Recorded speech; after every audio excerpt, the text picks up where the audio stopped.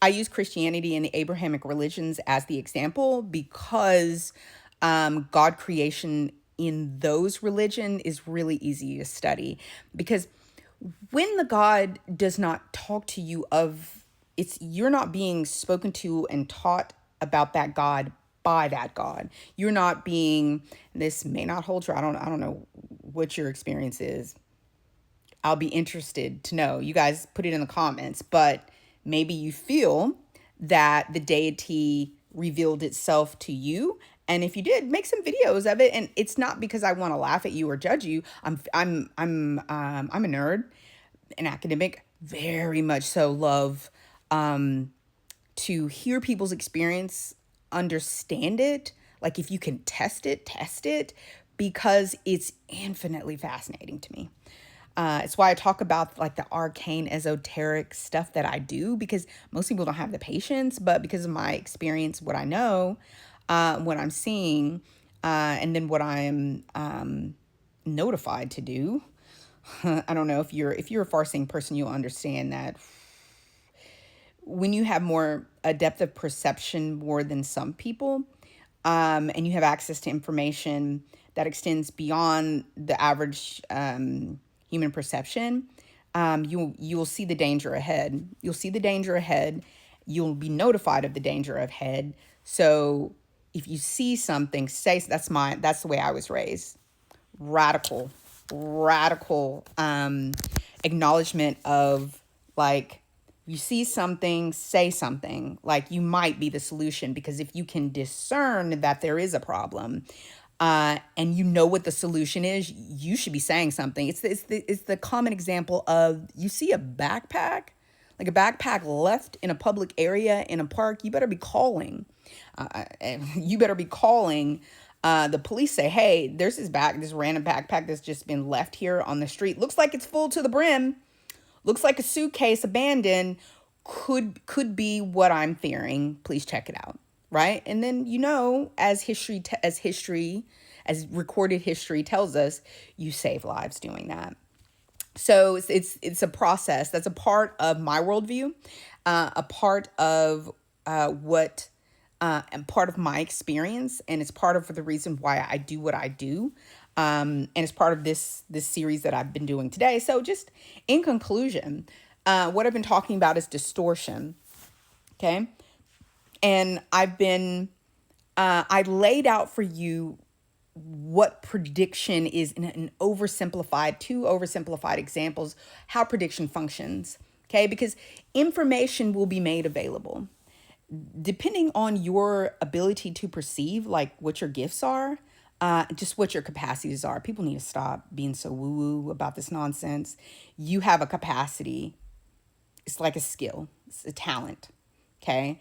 And if you would remove that from whatever religious sect and worldview that you operate from, like whatever your core dogma is. Like some people are Christians, so they're like, oh, it's a gift of God. Everything is a gift of God. If it's good, it's a gift. And I give all praise and glory to God for this gift. And oh, by the way, everything I say comes from God. And you get a bunch of error. As I said last week, you get a bunch of wrong. It's like, why are the Christians why are the Christians so constantly wrong? Well, it's as I said last week, it is part of it is a character flaw, character problems. You're a manipulative, greedy liar who's narcissistic, and anything you say or do is in part, however well meaning, okay, however well meaning, however much you believe and you say the name of God, that non-unique identifier God. If you watch my content, you've seen the deconstruction of that. You are still wrong. How does that happen? I went through it on the other videotapes. How can someone who is not a person who is claiming to be predicting on behalf of God and relaying what God has said, why are they so right? So I told you, it is character, it is worldview. Those two things combined distort, because you would have to, it distorts what's being said. And that is that process, and that example is being given with the assumption that that which is being said, is being said based on access to the future, a perception of the future. And so if people could just get that little grain, that little bit, it will set a lot of people free to analyze and to have a healthier perspective of predicting the future.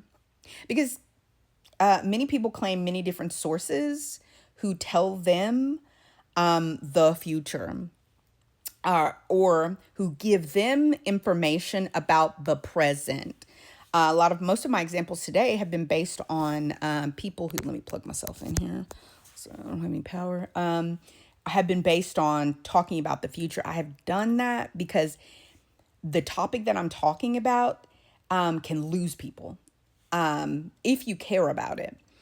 Because, one, how you perceive talking about the future, talking about discerning the present, discerning the full extent of what's going on, what you're seeing, how you talk about it, and how people have decided to study it can cause a lot of scamming, flimflammery, but that's my perspective. So anyway, back to the summary. And I think I may have to make an additional video to add some additional context here.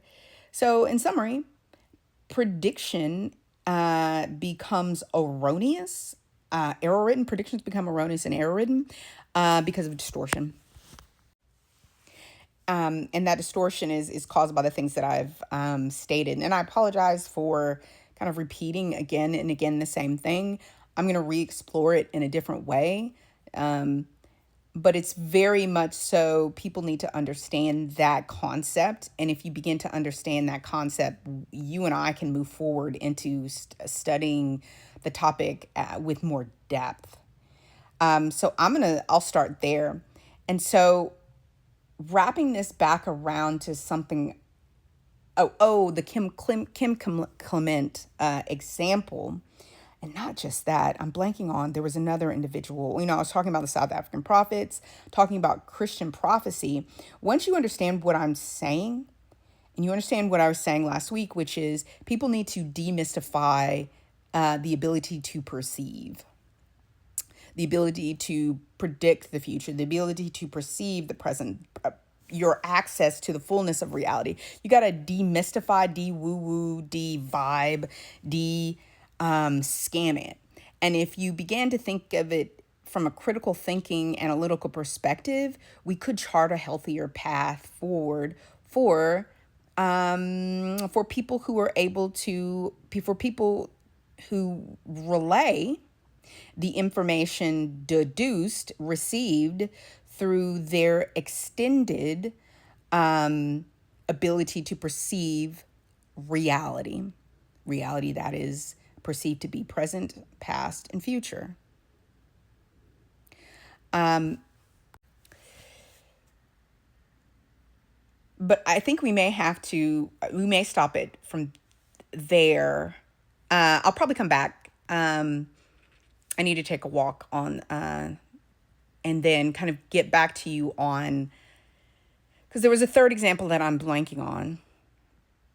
Because again, I just kind of talk. I don't plan these. I try to work out of a state of flow, not because it's BS, but because there are things, sometimes you plan stuff and it is in your iteration of what you were notified that you needed to talk about, that you're course corrected. If you're a far-seeing person and a predictor of things, you will understand what I'm talking about. So you kind of have to go within the flow of where you're being directed to go so that you can try to manage the true width and depth and the overly complicated nature of what you're talking about in a way that doesn't bore people and also kind of confuse them.